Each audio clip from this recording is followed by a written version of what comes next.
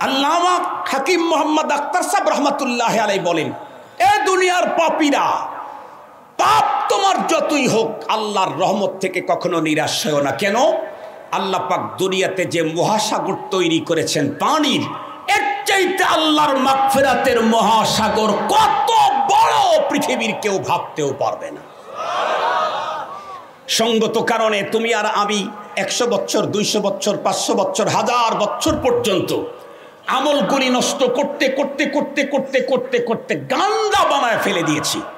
হঠাৎ করে যদি কখনো রবের কথা স্মরণে আসে, রাত্রি মনে পড়ছে মরণের কথা, কবরের কথা, আযাবের কথা, আল্লাহ পাকের বরত্বের কথা, সকলের চোখ ফাঁকি দিয়ে মৃদু মৃদু আওয়াজের ইসবাতির ভিতরে অজু করে, কমপ্লিট অজু করে সে এখন মুসাল্লা বিছিয়ে সেজদায় পরে রবকে ডাকা শুরু করছে। গোপনে গোপনে মালিকের সাথে শেয়ার করতেছে। যে মানুষ যখন সেজদা দেয় তখন তার চোখ আর জমিন কয় কিলোমিটার দূরে থাকে? বুঝেন না আপনারা আমার কথা? মানুষ যখন সেজদায় থাকে তখন জমিন আর চোখ কয় কিলোমিটার দূরে থাকে? একদম কাছাকাছি।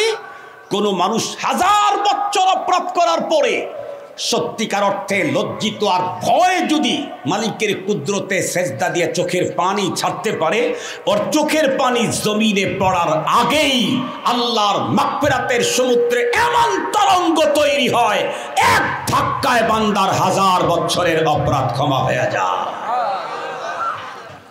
এই জন্য কবি বলেন, এ গুনাহগার জীবনে নিরাশ হয় না, রব বড় সিরিয়াস, দয়াশীল। সাথে সাথে আর একটা মেসেজ দিয়েছেন, এটা আমার আজকের আলোচনার মূল। ওয়ালা তারহালান্না বিলা উদ্দা। কবি বলেন, ওয়ালা তারহালান্না বিলা উদ্দা।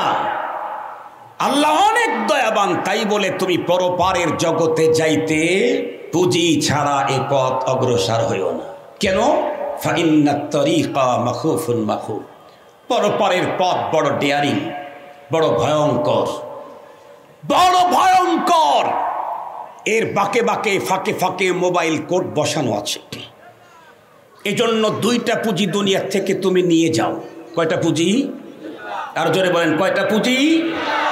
এই 2 পুঁজি যদি নিতে পারো, অনেক কিছু অর্জন করতে পারো। নাই গাড়ি নাই, বাড়ি নাই, নারী নাই, চেয়ার নাই, পাওয়ার নাই, টাকা নাই, ব্যাংক নাই, তারপরে কি শিল্প নাই, কিচ্ছু নাই। 70-80 বছরের জীবনে শুধু 2টা জিনিস অর্জন করছে। একটা হলো ঈমান, আর একটা হলো নেক আমল। আল্লাহ পাকের কোরআন আল্লাহ তাআলা বলেন, তাহলে তুমি যদি এটার উপরে টিকে থাকতে পারো, তাহলে তোমাকে মেহমানদারি করার জন্য জান্নাত রেডি করে রেখে দিয়েছি। এই পুঁজি নিয়ে যদি পরপারে ঢুকতে পারো, মরার পরে তো জান্নাতে ঢুকবা, তবে মৃত্যুর আগেই তোমাকে জান্নাতের সুসংবাদ শোনায় দেওয়া হবে।